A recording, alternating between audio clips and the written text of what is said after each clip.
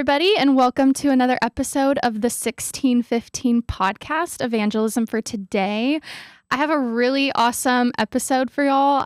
We have a very special guest, Wally Gomaa. Thank you. Hi, Wally. How are you doing? Doing better than I deserve. Oh, awesome. I love that.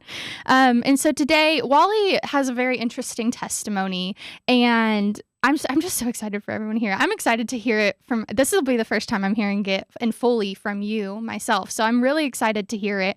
And then I'm also really excited to talk with Wally about, business and leadership and integrating faith and business and leadership. And he's, a business owner. He has a lot of great experience with that. And so I'm just so excited for the wisdom you're going to give us today, Wally. Thank you. Well, I'm excited also. Awesome. So that's great. I'm looking forward to sharing. Thank you. Yeah. So we're going to just get started. And I just want to first start off, tell us a little bit about your testimony, how you came to Christ, and how all of it started, how you became a believer. Well, let me start off by saying, if you look on my driver's license, my name isn't Wally. It's actually Wally Gomaa. Oh. And I'm a son of two Muslim parents. And so I was actually raised in a Muslim home. My parents actually came to the United States in the early 60s.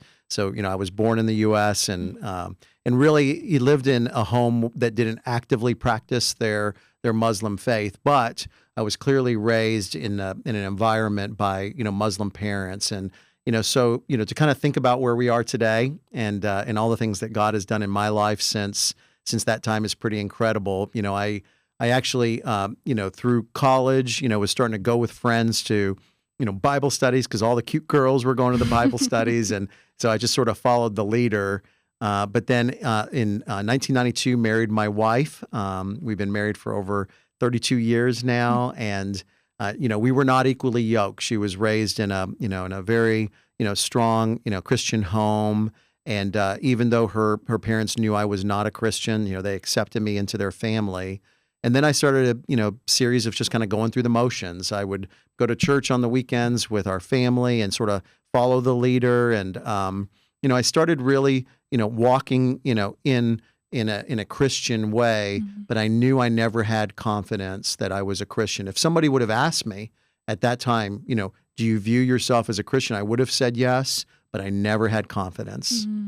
And then, you roll the calendar forward, and in 2008, I was introduced to Larry Moyer, CEO and founder of EvanTell, and we went to breakfast, and he asked me to share my testimony and how I became a Christian.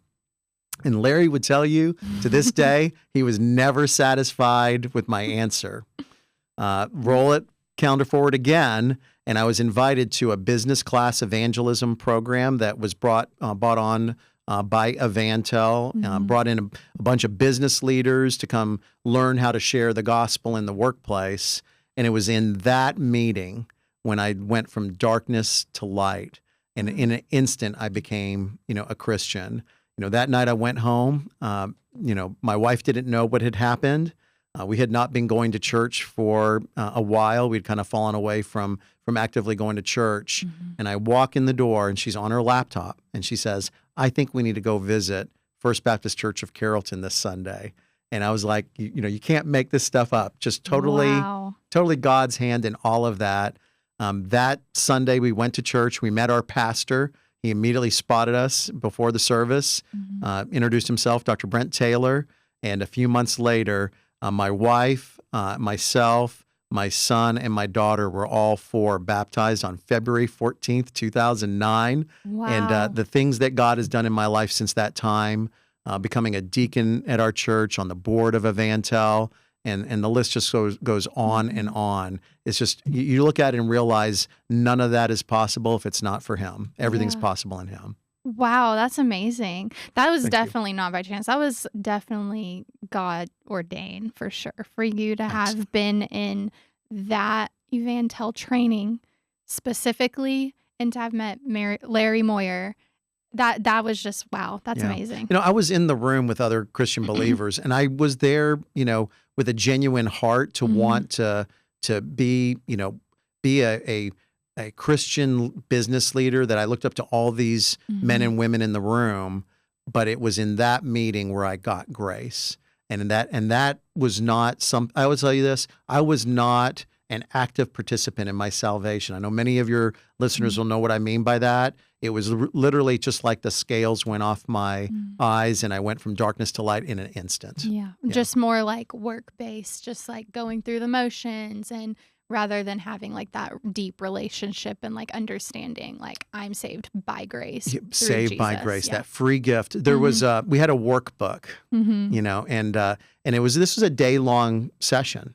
And we were going through the workbook, and when we got to the page on grace, and the instructors went in and talked about that being a free gift, there's no words to describe how literally in an instant I was saved. We got to the page on grace, which I've heard talked about, hundreds of times over the years, but I never accepted that free gift until that moment. And I was so affected by it that when I went back and looked at that workbook, days later, I actually had notes all the way up until I got to that page, and I never wrote another thing again. Nobody in the room had known what had happened, but I started sweating. It was an amazing moment of going from darkness to light, and then all the things that just sort of transpired out there.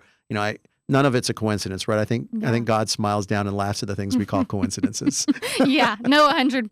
He's like, Yes. don't you see I'm moving, I'm working, I'm That's doing right. the things. He is always, Yeah. always, Wow, always. that's amazing. Yeah. That is truly amazing. Thank you. Yeah. So what, going from like now you've become a believer, you've gone all these years. How many years was it that before you became a believer, from when you married your wife and started going to church with Sure. her? All my friends and, all my classmates in school were Christians. And, my family sort of raised me that, being a Christian was a bad thing, so I was always sort of caught between my family, pull, and then, my friendship circle, that continued in college with, going to Bible studies. And, then I married my wife, and we started going to church. Her family are great Christians, and then all my business associates were, so I was always going to Bible studies. I wanted to be a Christian because I admired all these people around me, and I saw how they had, love and confidence, and I just admired them. So I longed for it, but it wasn't until 2008, when I was in that business class evangelism program, that I went from darkness to light. So, it was over 20 years. And one of the things I think about to this day, and I'm always burdened by, is when I go to church on Sundays and I sit in our sanctuary, and I think to myself, how many other people, have not accepted Jesus Christ, even though they may, like me, be going through the motions. And so, again, I, as I mentioned, this was something I didn't necessarily choose to do or willed my way into it. It was an acceptance of Christ that only comes through the free gift that He provided. Wow. Yeah. Yeah. That's amazing. So it's eye-opening to when you start thinking about that, like how many people around you sitting in the church pews, listening to the same service that you are, like how many of them are saved and not, And not saved. Yeah, It's a big burden. It's a big burden for me. In our search for the lost, and we think about, mission trips, and EvanTell's so good about, going all over the world, to provide training and outreach in so many countries, so many languages. I also just think about, what's happening not just in our local community, but inside of our church itself. And I'm truly burdened by that. I do feel privileged to have not become a Christian until I was 42, because I get to see my adult life both, before I was saved and then now since, and that ability to sort of have that contrast in some ways I feel has given me, sight to be able to see things maybe a little bit differently than those who accepted Christ when they were, very young and only knew their lives as a Christian from the beginning. Yeah. Yeah. Yeah. That's amazing. So with that said, what truth about God was really hard for you to accept after you became a believer? Because I know, like, when you're, more than 20 years just going through the motions, I'm sure there's something that maybe was a little bit hard for you to come to terms with. Sure. Even though my family, when I was, a kid before I went off to college, didn't actively practice their faith. We didn't go to the mosque and we didn't, worship in a formal way. I mean, I clearly grew up in a legalistic environment where, you earned your way to heaven. And my parents just, that was constantly communicated to us throughout that if you don't do these things, you will not have God's favor, and you will not be, accepted into heaven, right? So, as a kid, you can imagine growing up, everything you did wrong, there was guilt, there was shame, and that also continued even as I was going through my years before I became a Christian, but going to church and realizing that, on some days I was walking, I was walking, with God, and other days I was walking, in me and walking in sin.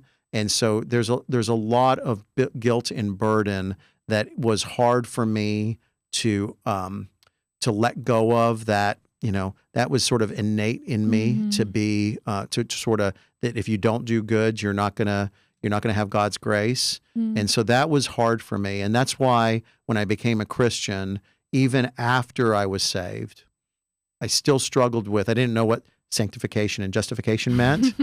I do now. Yeah. And it was hard for me as a new believer to not be fully sanctified, even though I was justified. I was just like, hey, I've been saved, I've been baptized. Like, why am I still sinning?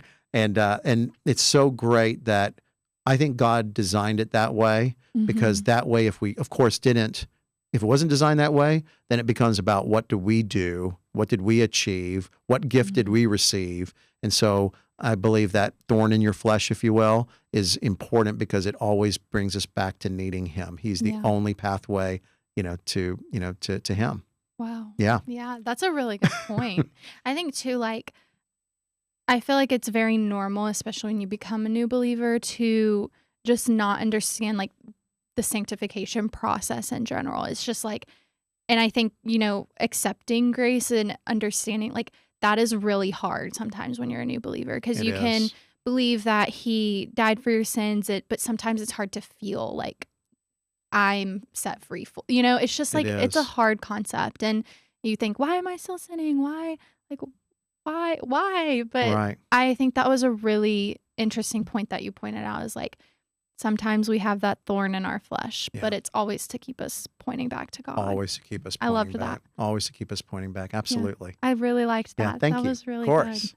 And so was there anything specific that you heard that just changed the game for you?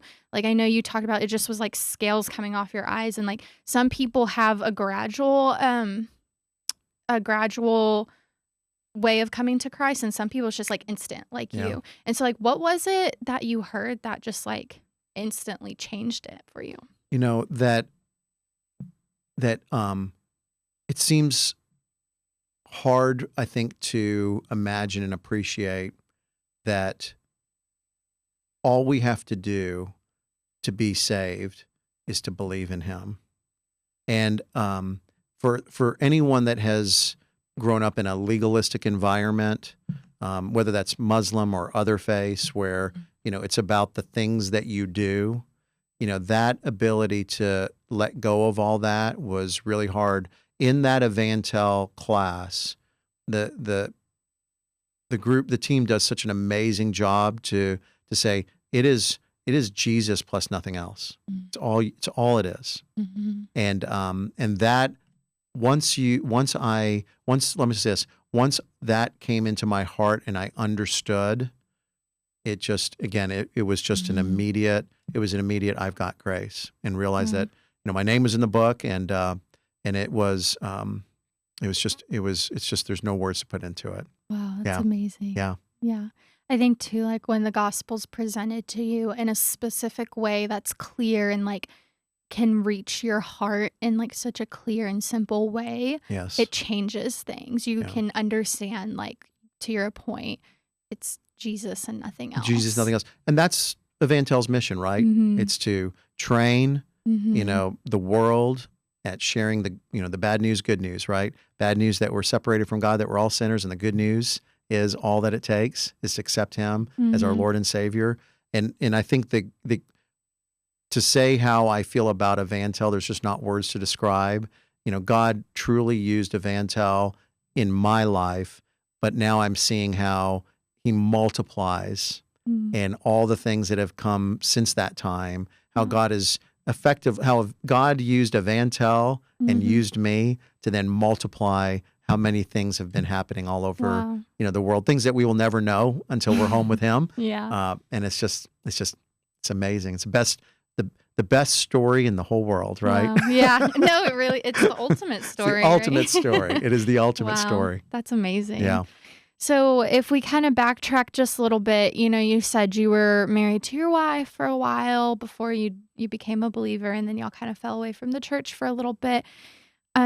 There's a lot of couples out there that are in similar situations. Maybe one grew up in the church, they're a believer, and then their other one isn't, and it's a challenge. And so what would you tell a married couple who has a spouse in a similar situation as you and your wife were in, who goes to church but just may not be a believer? Yeah. So a couple of comments on this. So my wife and I will celebrate our 33rd anniversary this month. Congratulations. Can't believe she put up with me that long. Congratulations. And when I really think about, my pre-salvation relationship with my wife, it was a marriage that was really all about me. And, again, sometimes I try to will my way into, being a better husband and being a better father to our two children, they're adult children now. We have 2 grandkids.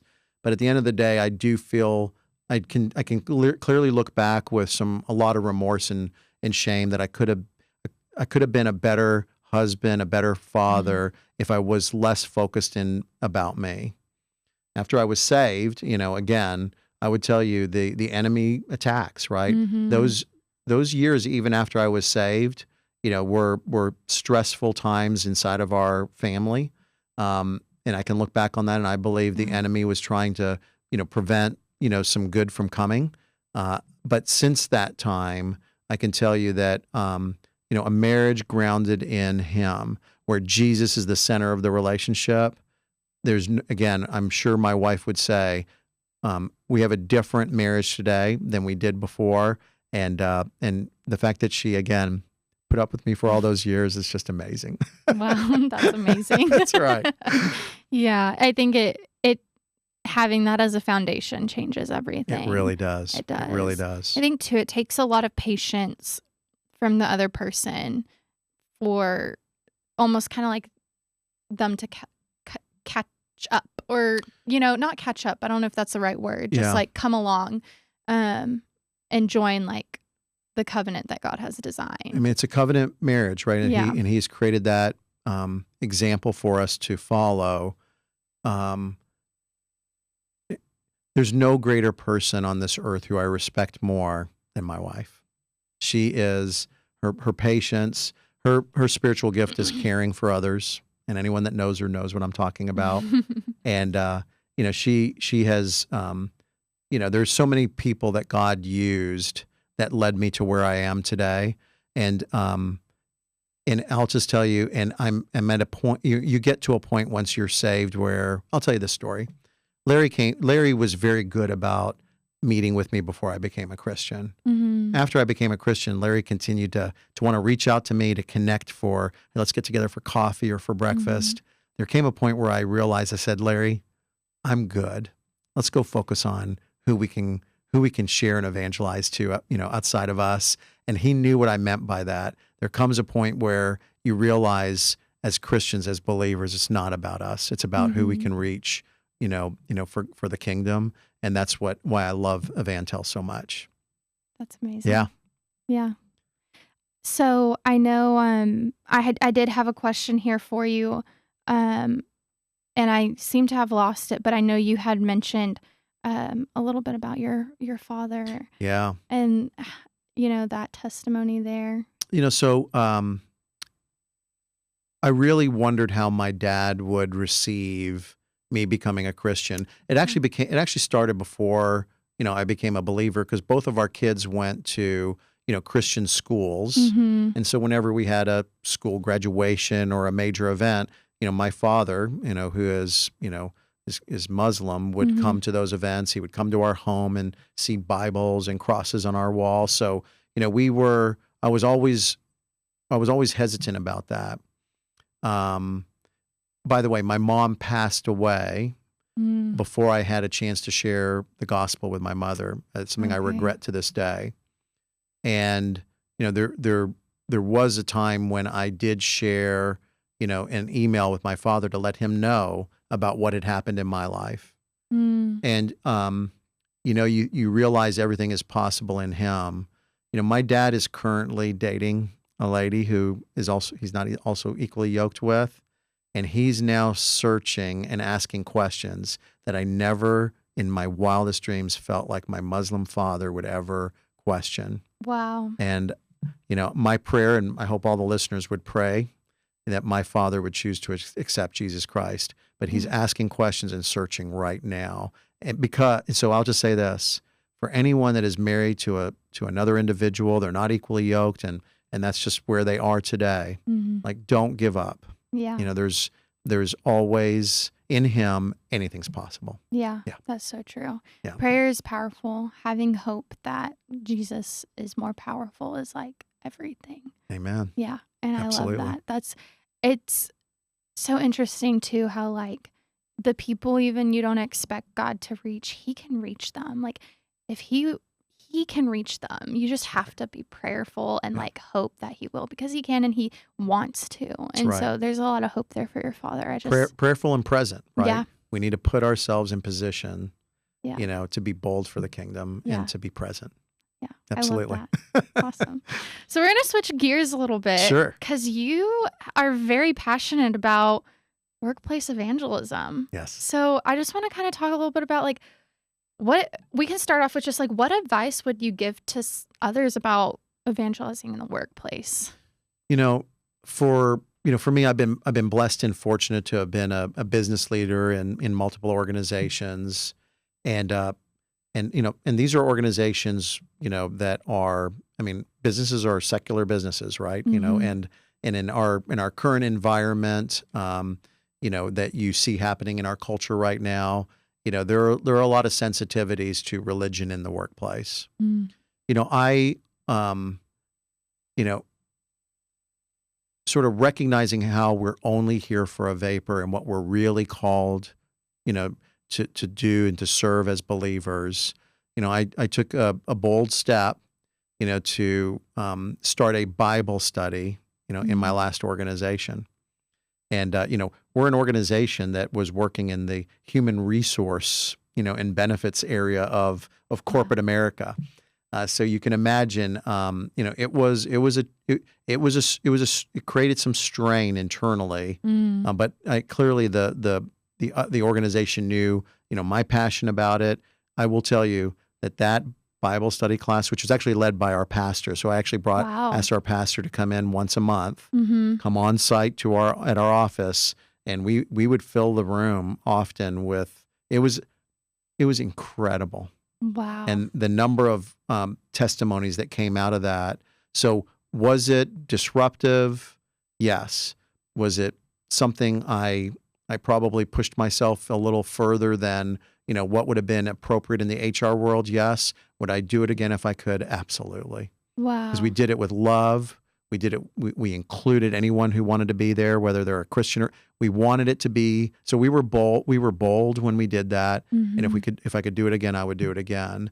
And so I would just encourage business leaders, to recognize God has put us in those positions. Maybe it's not a Bible study. Maybe it's getting a group of, other business professionals off-site together for, a breakfast. We do that for EvanTell, where we bring, business leaders from around the community to come together and to hear a speaker and to talk about the role of EvanTell, to be bold for the kingdom. But I don't want to come to the end of my life and say, I wasted it. We could have done more. And so this is where God's placed me. He's placed me in the business mission field.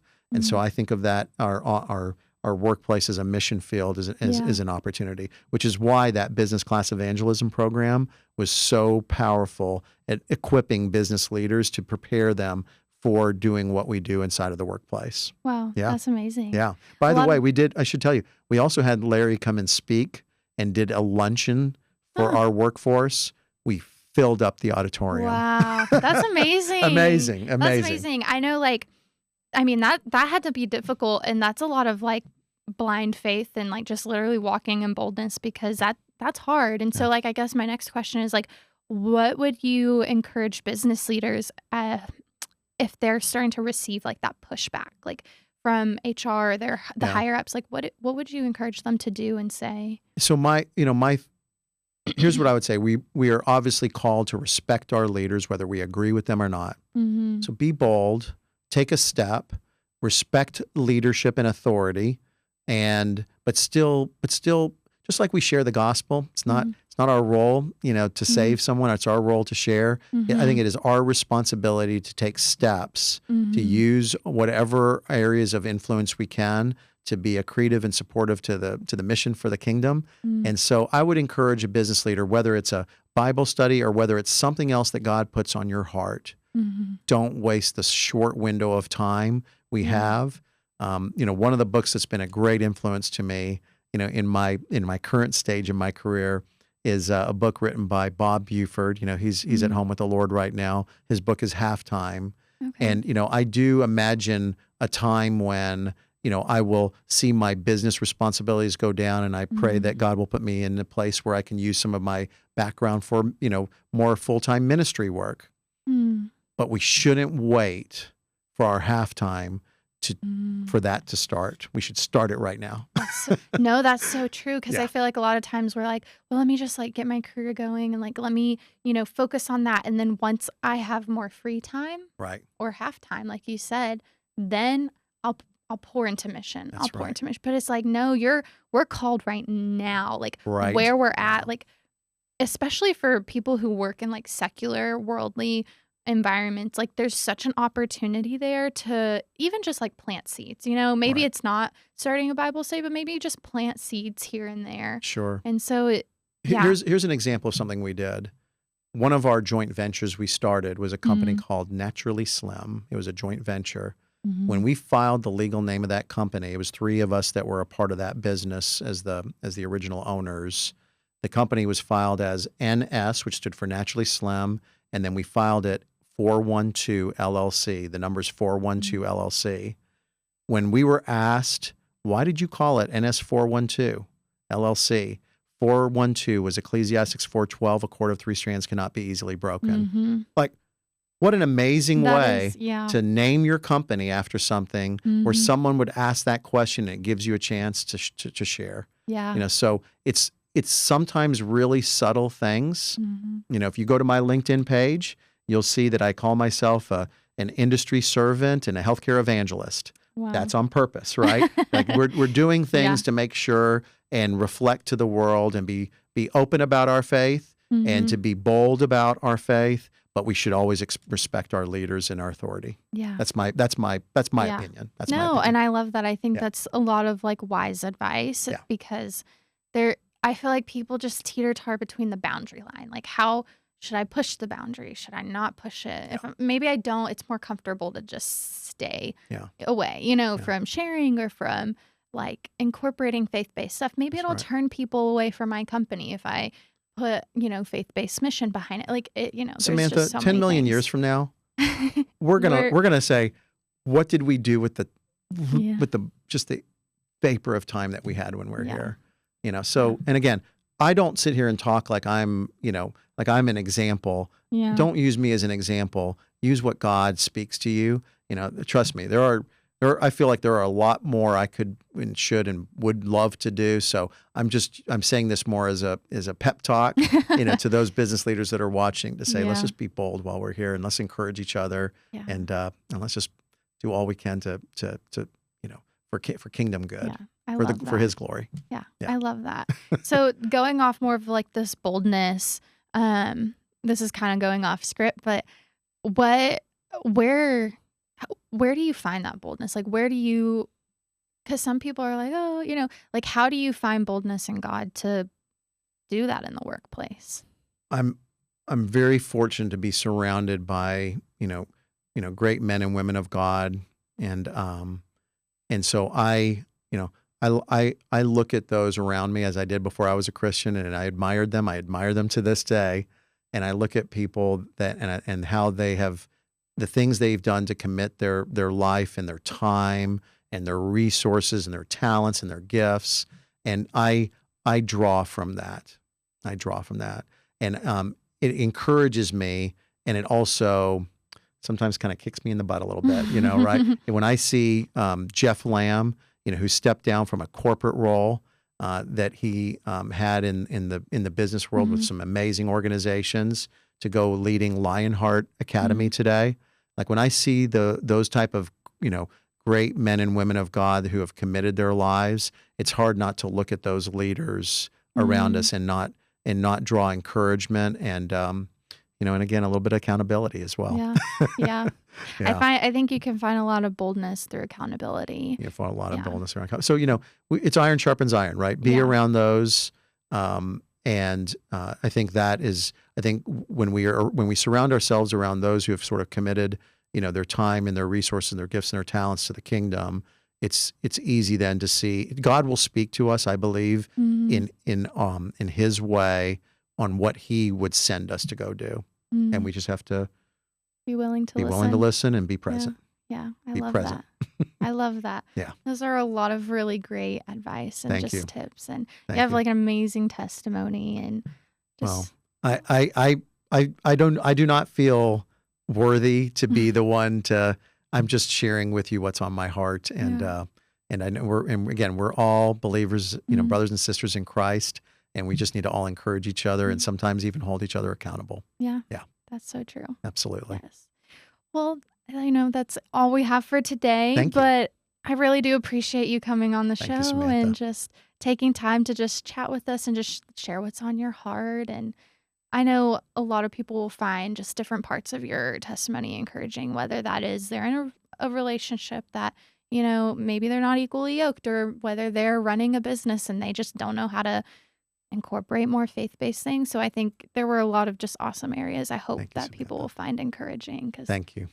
this was very encouraging for me as well. And for me also. Awesome. So I took a lot Good. out of this. Thank you. You did a wonderful job Thank today, you. and just appreciate the time to be on the Yeah. podcast. No, highly appreciated. Thank you. Yeah.